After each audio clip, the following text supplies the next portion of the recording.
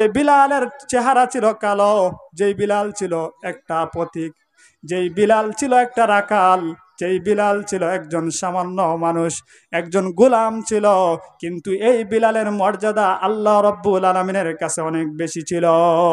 বিশ্ব নবী যখন মেরাজে গিয়েছিলেন, ওইখানেও দেখেন বিলালের আওয়াজ বিশ্ব নবীর সামনের দিকে যেন টক টক আওয়াজ হয়ে যাচ্ছে।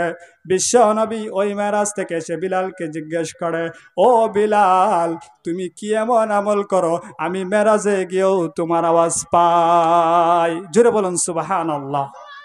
বিলালকে বলে যখন এই কথা, বিলাল বলে, ও নবী আমার, আমি এমন আমল জানা নাই যে আমলের কারণে আমি এত মর্যাদাবান হয়ে যাব।